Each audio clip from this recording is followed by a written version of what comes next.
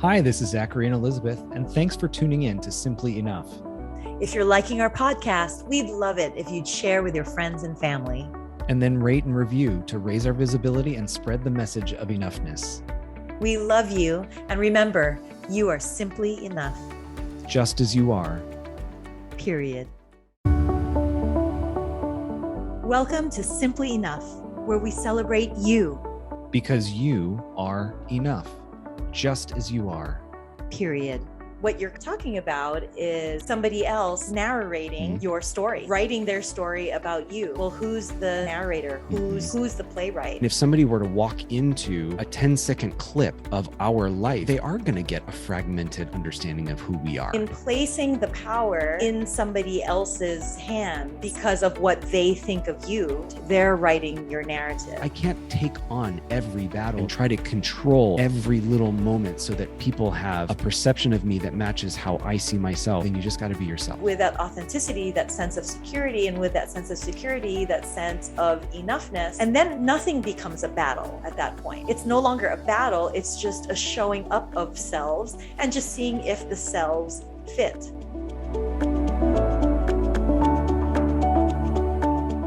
Hello, everybody, and welcome to Simply Enough. I'm Mr. Zachary Leonard. I'm Dr. Elizabeth Ignacio. And we are, first of all, let me just say, Dr. Ignacio, I'm loving the topics that we're getting into the last couple episodes. Like, I feel like just personally, they are definitely hitting home with me, right? They're very connected with areas of growth that I see in myself and in friends and family that are listeners. They too are resonating with our topics. So I just grateful for the work that we're doing right now. Because I feel like not only is it speaking to me, but it's also speaking to others.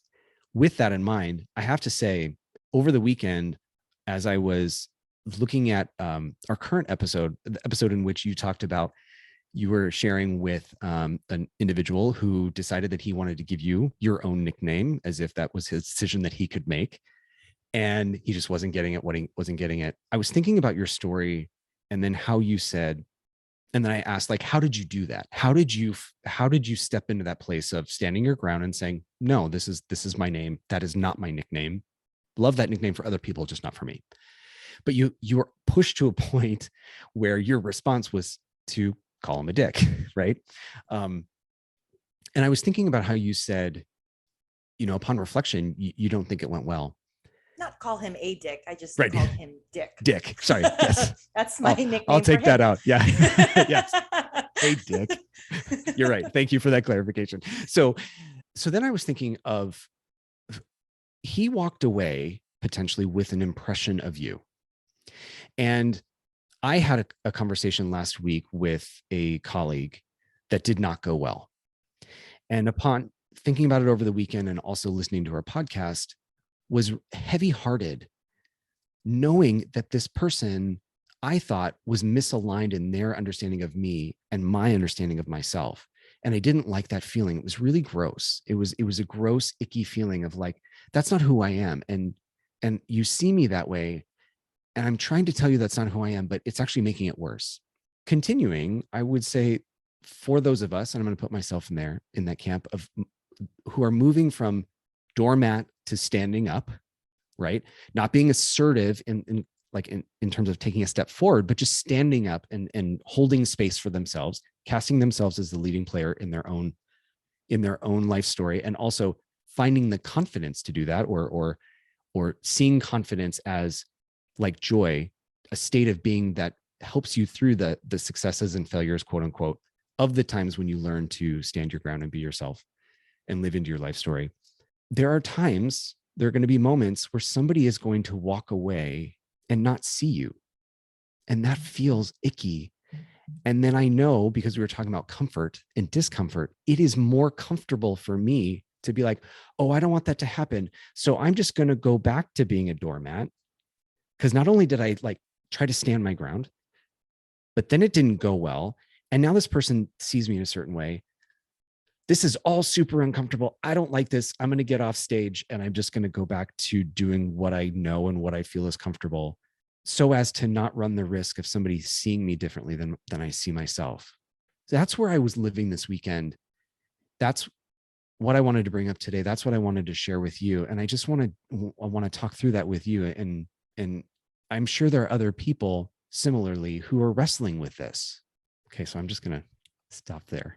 So kind of going back to the unintentional yet somehow evolving metaphor that we're using in terms of all the world's a stage and cast yourself as, the lead role in your own story. Mm-hmm. And then, as you described most recently, name your character and choose Mm-hmm. your name, and it's, state your name. What you're kind of alluding to and talking about is somebody else narrating Mm-hmm. your story, writing their story about you.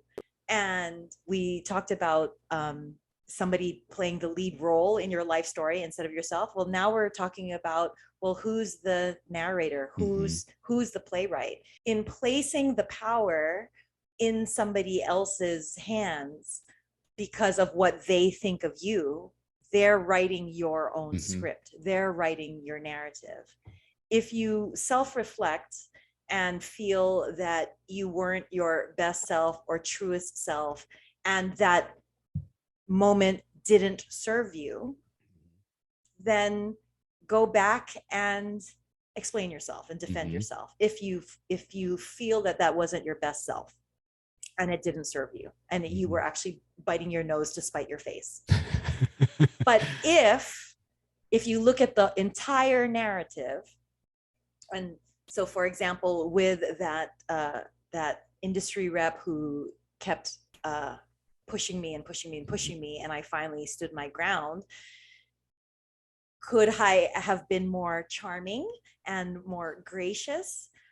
Yes, I could have. So yes, that wasn't my best self, but still in the grand narrative, did that serve me in standing my ground? Then it kind of doesn't matter what that person is saying about me or writing about me or thinking about me. They're writing a narrative about me, Mm-hmm. as opposed to my knowing myself, grounding myself, standing up, if not stepping forward, at least standing up, and and owning my role and owning my narrative. Mm-hmm.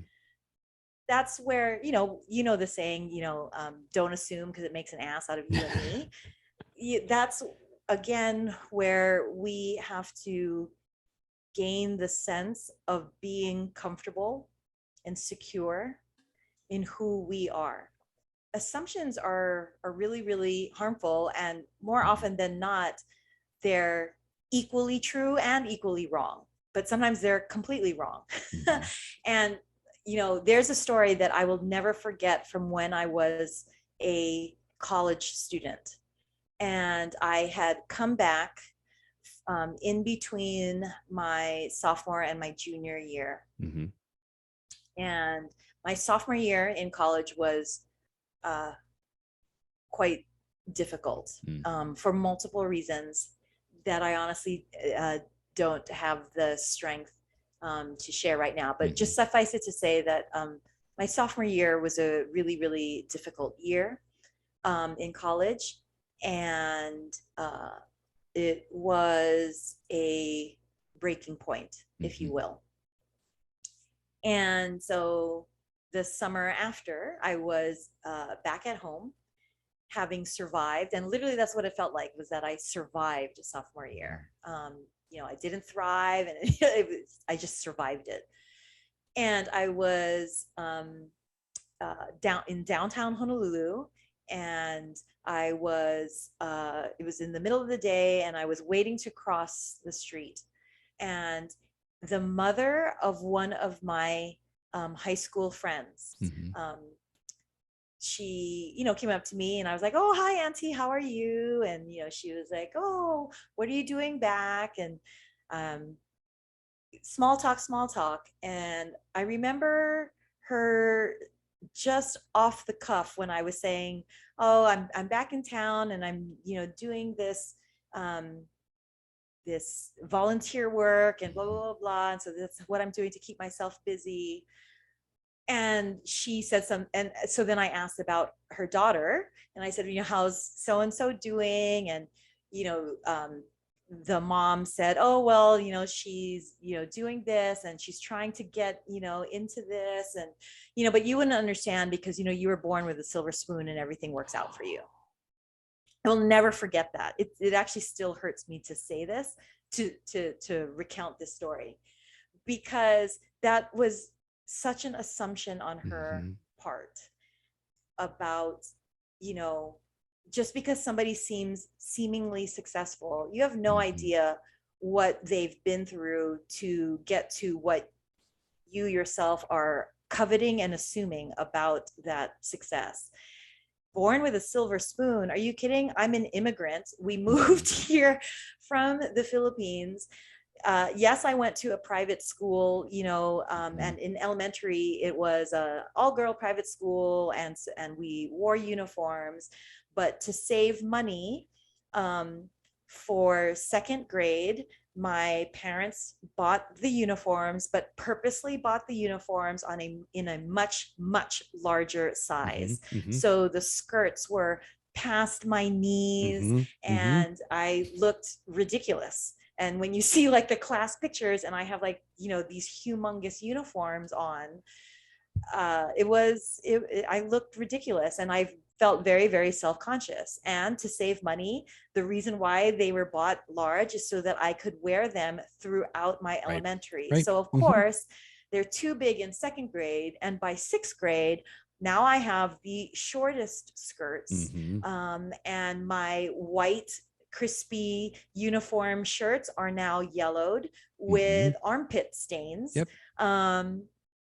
because that was to save money. And in high school, I didn't have the designer jeans and all this kind of stuff that ironically her daughter had.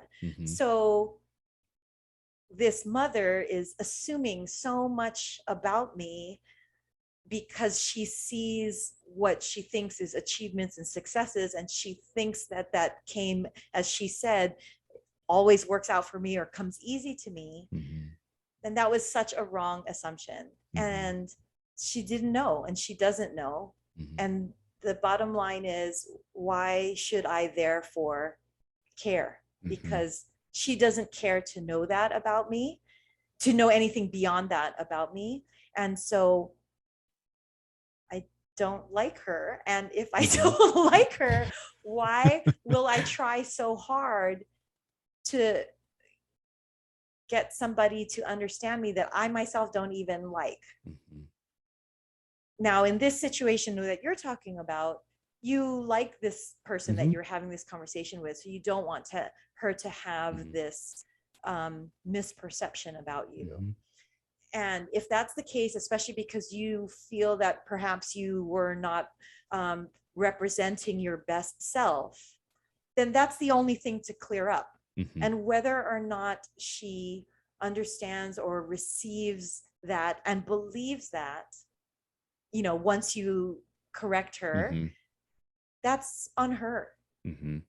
If there's any discomfort or dis-ease that you're feeling about it, is if it's at all just because that's not, you didn't represent yourself, your best self, then correct that perception. And it's her prerogative to believe it or not, but allay yourself of that dis-ease and discomfort by clearing the air about that. And whether she accepts it, receives it, or believes it, that's no longer on you. I don't know if that helps, or if we're just sharing a story.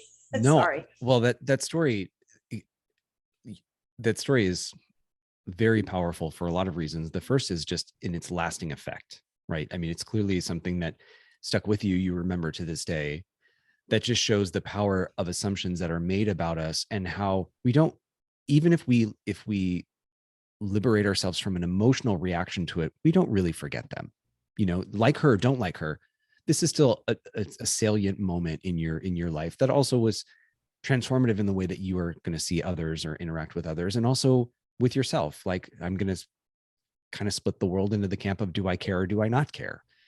That, I think, is is a big takeaway from your story. And I also appreciated that you went back to, okay, that's a little different insofar as this is somebody that you know and respect and care for. And so here's something that you can do if you recognize it didn't go well.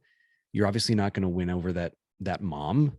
And so there's no attempt to even try. And maybe not even win her over, but to just set you some clarity for yourself. It's not even worth it at that point. But for my colleague, it is worth it.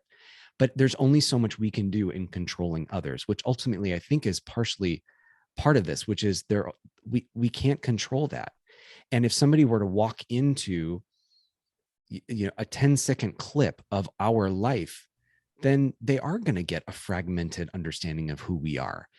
And control or not control, there's really nothing we can do about it. I think what I didn't have over the weekend that I did recently when we did get a chance to connect was there was another moment earlier, like a couple months ago, in which I said something that didn't stick well with her.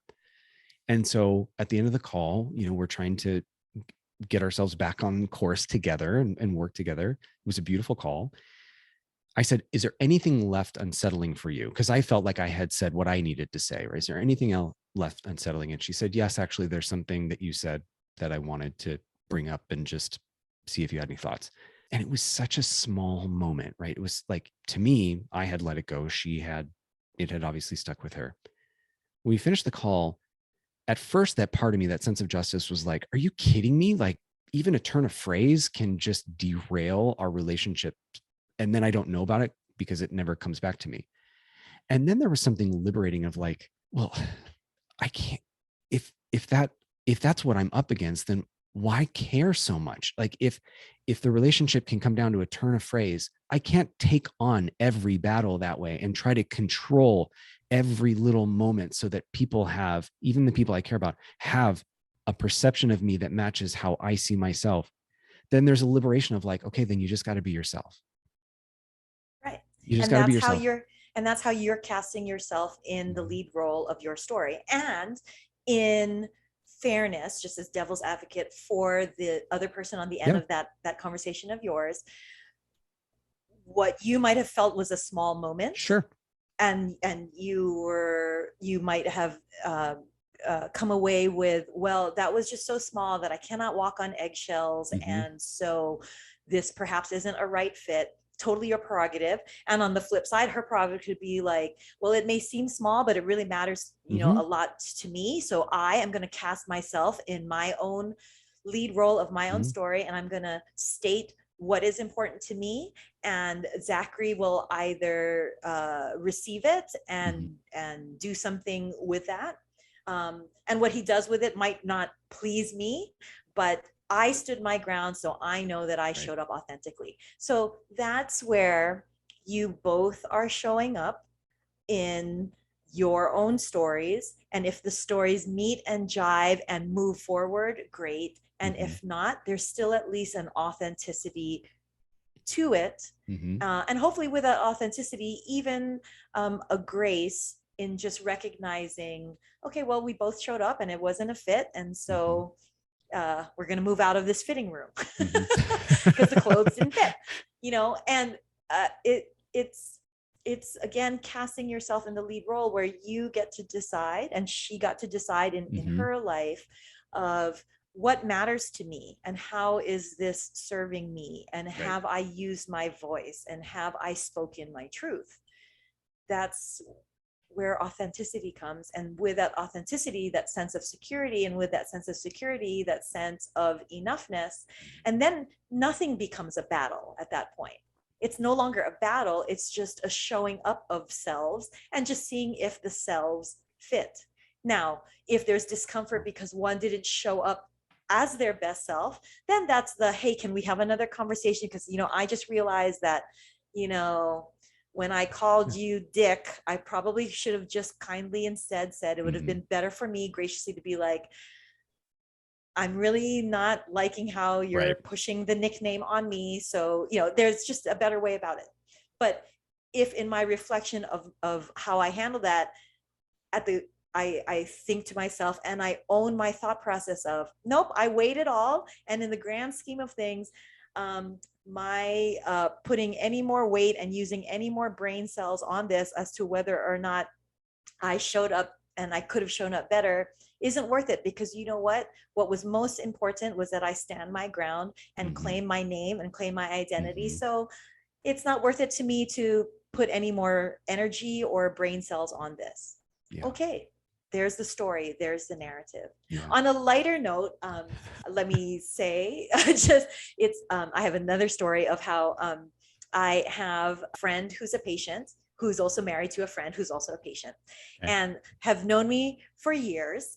And one of them, as a patient, came in to see me, and I am known, in quotes, it's been mentioned in articles, how, I dress up. I dress well in my place of profession, and often I'm in heels, for example. Girl looks good.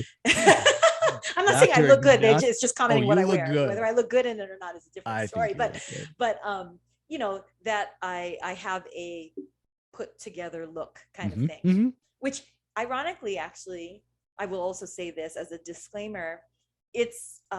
It used to be very intentional, because I used to be faulted because I'm, short, I'm 5'1", I'm a, woman in a man's profession, that I have to dress a certain way to assert myself so as to be perceived as a surgeon. So that was actually intentional, almost like a costume, if you will, to dress that way. But anyway, having said that, in this office visit, in this patient visit with this person, I, was very casual because, she's a friend and I know the family and that kind of stuff. So yeah, I was dropping some profanity. And so in dropping profanity, and never. And mind you, well, so funny. So I'm dropping some profanity, and mind you, this patient friend of mine isn't some prude or isn't some priss, right? Like, she also is in very much a what's perceived to be a male profession, and she's a woman, male profession, very physically laborious, so very heavy labor, a first responder. It got back to me from her family member how shocked she was that I was dropping profanity. And I just giggled because I was like, and she wasn't offended, but she was just like in shock, like, oh my God, Elizabeth, dropped some F-bombs. And I just found it funny because she clearly, like I said, she's not a prude. She's not prissy. She, can drop the profanity, but it was such a shock because she had such assumptions about me, being, Miss High Heeled, always in a, dress kind of thing, that she wasn't expecting that kind of language out of me. Where I'm just kind of like, boy, that's a really reductive assumption about me, that that I'm not a real person and I can't swear because I, I don't know, use a particular vocabulary, in other circumstances. Like we've talked about, we're all diamonds, we're multifaceted, or we're all decathletes. Like we said, there's not just one component about us that can be assumed. Yet that was a funny assumption and a funny shock. They were like, oh my God, she dropped F-bomb. I'm like, hell yeah, I do. And then the flip side relative to being reductive is, this podcast, for those listeners and viewers that are with us, as you may or may not even have noticed, we have to label our podcast as what? Explicit. Which is so funny because, if you listen to every episode, we don't even drop profanity in every single episode. But if you use profanity in any singular one episode, the entire podcast, right, we have to label as explicit, or else we are miscategorizing ourselves, and it can actually be punitive, and our podcast can, my understanding, be actually removed. Yes, that is correct. Because we are not proclaiming to be explicit, but we're not R-rated, we're not X-rated, and again, we don't even use profanity in every single episode. Like there's multiple episodes where we have not ever even Right. once used, Right. but we have to, label that. Anyway, long explanation. Because with this episode, with this podcast, when we first came out with this podcast, and in trying to spread the word and spread the message and, market, if you will, how quick some people or some institutions were to merely censor me or censor the podcast because, well, it's explicit and Right. you use profanity. And there were even running jokes that I still now receive about, like, yeah, and I know what you meant, Zachary, but oh, well, you have a potty mouth. I'm like, Yeah. really? You just asked me to give a public speech to your institution, or your organization or your business.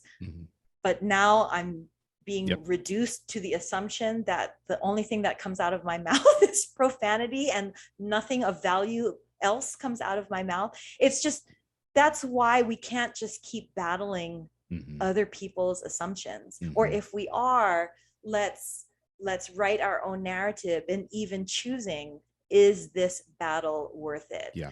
Is my defending myself worth it? Is my proving against the assumption worth it? And that's where you claim the lead role, as opposed to whenever you have to prove yourself to somebody else, or whenever you have to defend yourself to somebody else, you're actually putting the power in their lap.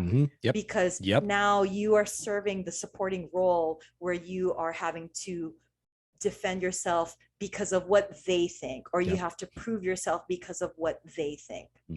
Re-own and reclaim the lead role in your own narrative and decide, is it worth it to me, the lead role in my narrative, that I am going to prove myself to them, or I'm going to defend myself to them? And many times it is worth it, but at least now it's become a choice you've claimed and you've owned in deciding whether or not you are going to rebut or prove or disclaim, or defend to another person their assumptions about you. And that question is so, it's so quote unquote easy to remember, but in the way that we have also said, and that's okay. Whatever your response is to that question is okay. Because what you're saying is it worth it for me to generate the energy and to live in a place of discomfort to resolve in some way or another a label that exists out there that is discordant with a label that I own? And if the answer is no, it's not worth it, that's okay. That's okay. That's totally okay. And whatever justification you have for that is okay. And some days it won't be, and some days it will be. Jumping off of a couple of your stories, there was a time when I was a teenager and I had decided that I wanted to dye my hair red, but I wanted the red to look more natural, kind of like low lights or whatever they're called, highlight low lights, but like they bleach it and then they dye it, or kind of a natural looking red. So you don't really notice unless you're looking at it. That's what I had wanted. That's not what I got. I got fire engine red, Crayola head red. Okay. Not at all. I wanted the poor girl that was doing my hair was really trying. It was just getting worse. I mean, you can imagine I look like a redheaded Teletubby. Like, I mean, that's just or what do they call, what are those troll dolls? Like, I look like a troll doll, right? It was not a good look, and it wasn't what I wanted, and it was also very expensive. So, there are a lot of things that didn't go well, but I thought at this point, aside from shaving my head, I'm just going to live with it. Well, I wasn't out yet at that point. I went to a party that my parents' friends are at work and whatnot. And excuse the language that I'm about to use. I know this is a gross word, but it's tied to my history. One of my parents' friends, gentleman, looked at me and he goes, "Really?" And I said, "Yeah, this is just what happened." He goes, "You look like a fag." That's the word he used. It's such a gross word. And fag, right? Like, right. So much. And I was in that place of like, he just threw that label at me, right? And I understand that it's laced with all this meaning and whatnot. But there was also a liberation of like, I'm not going to change your mind. And it's so not worth it for me because this is all about you now and your impression. And I don't know, I was 16, 17 years old and having this moment of like, you're an adult and excuse me, but at the time I thought you should know better. And you talk to a young adult this way. Like I was having all of these thoughts at the same time. And I remember being proud of myself for that moment of like, this is not about me anymore. This is about you. And I'm not going to entertain this anymore. I'm just going to walk away. So there are moments like that in my life where I can say, you didn't care. I didn't care about you. You didn't mean that much to me. So it wasn't worth it. In the case of this conversation over the weekend, and ultimately why your question, is it worth it, is so powerful and simple in its takeaway, is because it was worth it for me to say something to her. I value this person so much, right?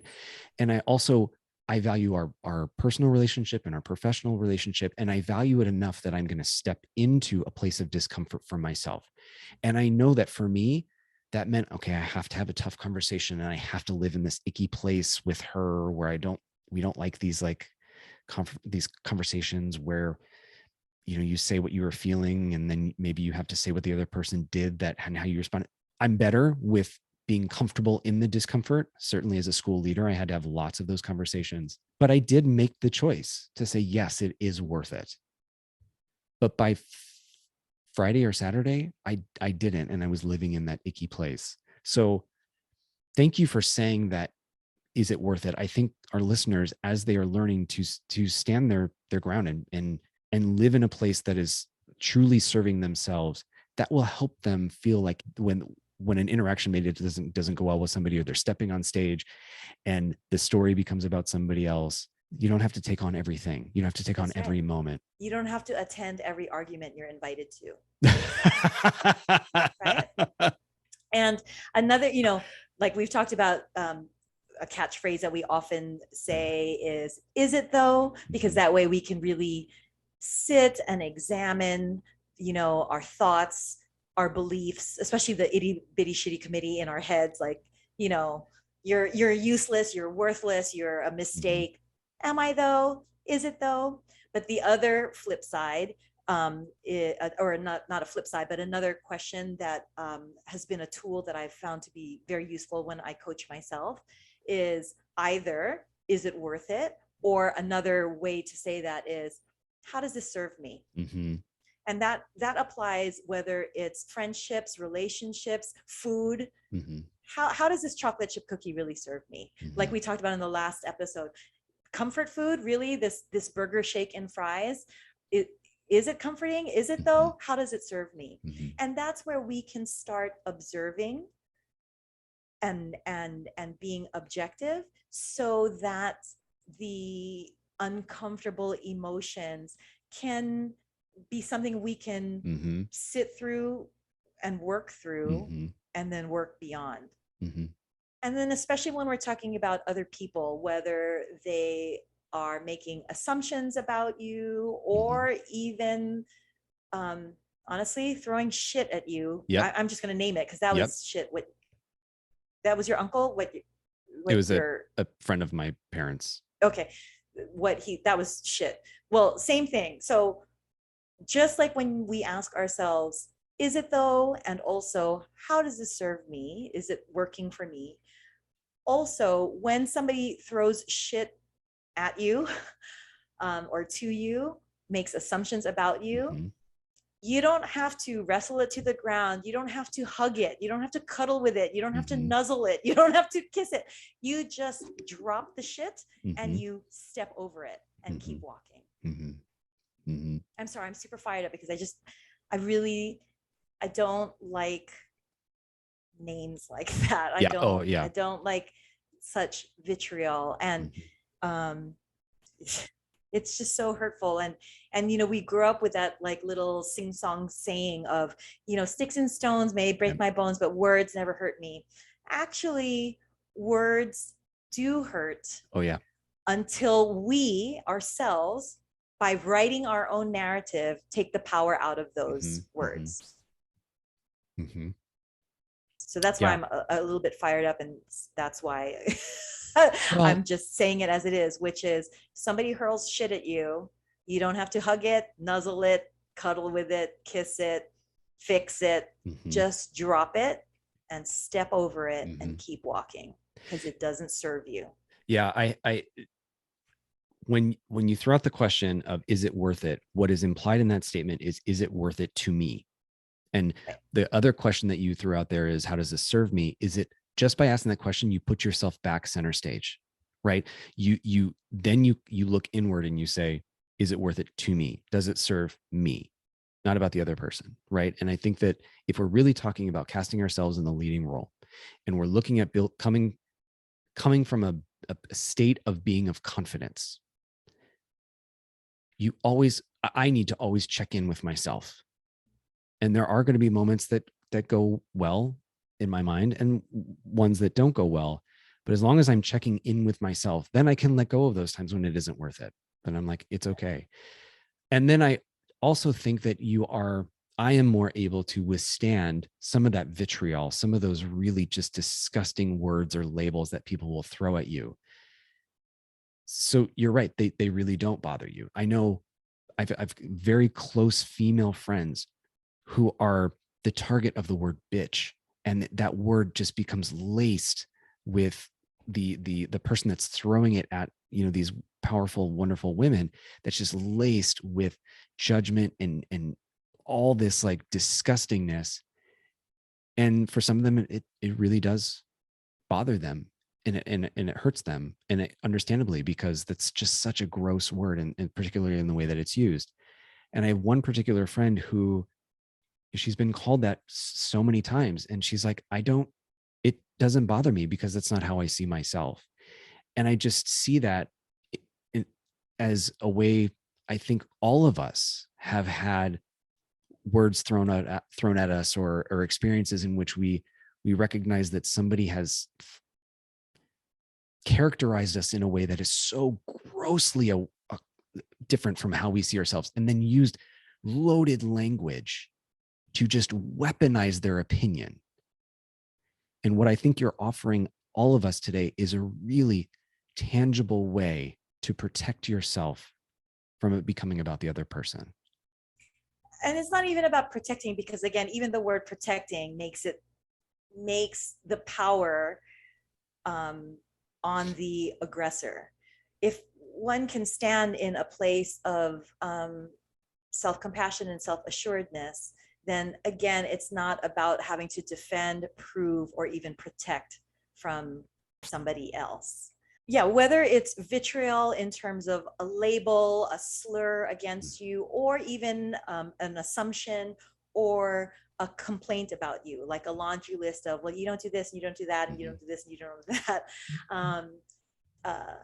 I was helping a friend of mine who just went through a breakup, which honestly, that breakup was long and coming and very foreseeable, because the ups and downs and the offs and ons and the guilt trips laid on him and all this kind of stuff. It was, but he was just struggling actually with exactly what you were saying. Like, how could she think this of me? Like, clearly she doesn't know me if she's accusing me of not caring and all this kind of stuff. And it was really hurtful to him for her to be accusing him, blaming him, guilting him, projecting, gaslighting, all of that on him.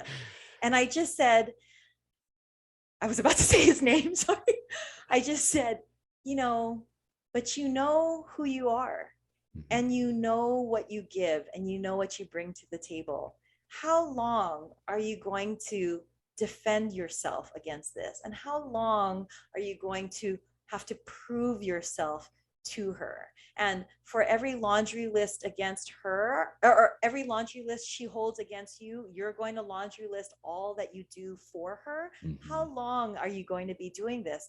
I said, if you know yourself so well, which you do, and we all do, and those that know you know this about you, why are you using your energy and your brain cells defending yourself and laundry listing all, to prove yourself to her?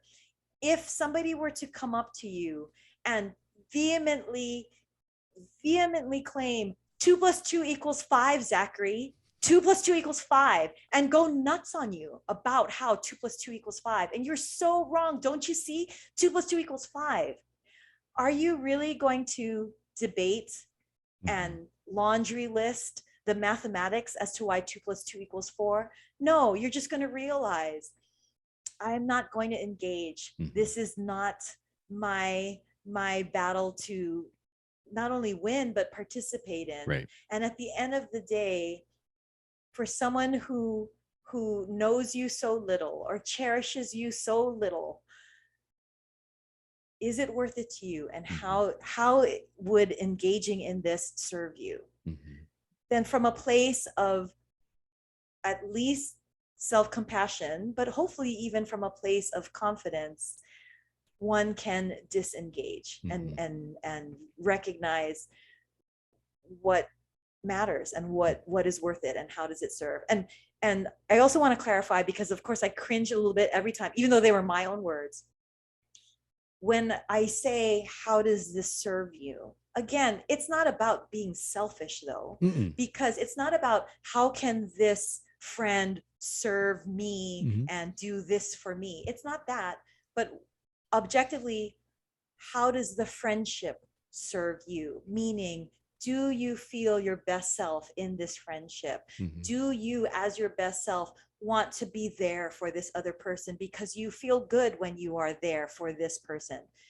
That's how a friendship can serve you. So it's not a, selfish thing of like, how can I gain from this, this person? What can this person do for me? It's, how does this friendship serve me? How does my showing up as my best self serve me? How does my engaging in this argument serve me? Or perhaps we should still engage in this discussion, but I'll remove myself for a day or two so that I can think and ponder and show up as my best self, and then re-engage with the same discussion, but now it's not an argument. So it's not a selfish thing. It is a reframing objectively. How, whether something is worth it, what does it mean to you? How does it serve you? It gets to the why. That made sense to me. And I, it's funny. I didn't even think about it in that way until you said it. I think what I was thinking regarding the question of how does this serve me is how does the moment to clarify or to stand my ground or to attempt to say this is who I am, how does that serve me? I think that's where I went in almost in a direct parallel to, is it worth it? I hadn't even gotten to the idea. No, and I know that, but that's because you and I have had so many conversations, even outside of this recording the podcast, of using that phrase, how does it serve me? And like I said, that phrase, how does it serve me, applies to many things. How does this food serve me? How does this alcohol serve me? How does this glass of wine serve me? How does this addiction to exercise serve me? How does this addiction to this person serve me? How does this moment of mindful reflection serve me? Right. So you and I are used to that phrase. I wanted to clarify it for our readers and our viewers, that it's not a question of how does it serve me, like this person with whom I'm engaging and having an argument with, should I be nice to this person because this person's actually my boss and can fire me or promote me? That's, I don't want it to be misconstrued in a self-serving way, even though the question is actually very specifically, how does this serve me? So yes, it can appear that what I'm saying is weigh the pros and cons of whether this will benefit you or not tangibly, like an object or a job promotion or a gift from this person. I just wanted to clarify what might be obvious to you and I, because we've had so many conversations using that phrase. I wanted to clarify that if anybody was feeling uncomfortable or cringy about, ew, she wants me to ask, how does this serve me? That sounds so selfish. Again, it's not about being selfish. It's just being about coming from a place of objective groundedness and a centered self, not self-centered. For those of you who are listening, not watching, I'm smiling. I have, when Elizabeth and I interact, sometimes we get this little smirk on our face that just means that somebody is saying or doing something that just hits us. You are doing exactly what we're talking about right now, which is you wanted to make sure from your side of it, you clarified your message so that our listeners walk away with a deeper understanding of what you intended. You are actually doing right now the very thing that we're talking about. I just want to do right by you and by our listeners and by our viewers, and show up as my best self and articulate myself as best as I can, so as to serve everyone best. Well, thank you. I just think in that real time, for the listeners who would have walked away with a different impression or understanding, right? That opportunity to clarify. And also in that moment, not only did I learn more about you, but I think that our listeners and viewers also did. So in a real-time way, I just appreciate that you did that. I do. I think I'm always amazed when we get towards the end of an episode. One, just I've said this many times, how my brain starts to ping in all these different directions. And I also just get amazed at the ways in which we touch on these topics that really have so many legs and I think are truly accessible for so many people. And also how grateful I am for how directly applicable they are in my life in this very moment. The idea of somebody walking away with an impression of you and working through the assumptions that others make is just, I think, a very human experience that everybody can understand. And then that inner tension of what do I do to resolve the awareness of that with my own feelings of how I see myself. And that tension will always be something I wrestle with. I will always struggle, even if I'm a 17-year-old young adult coming out and my hair is bright red and I look like a troll and I get called a really gross word. I had enough strength of character and self to say, no, that's not about you. It's not about, that's about you. And I'm not going to let it be about you. I'm going to be about myself. But even as a 40-year-old man, there are still moments where I wrestle with that tension. So to have a question like, is it worth it to me? Or how does this relationship serve me? Or how does having this difficult conversation serve me? Or, and to just bring it back to a sense of alignment with me, what best serves me, and casting myself as the leading player of my own story, not somebody else. Again, I just get floored with how relevant these topics are, and just how human these experiences are. Absolutely.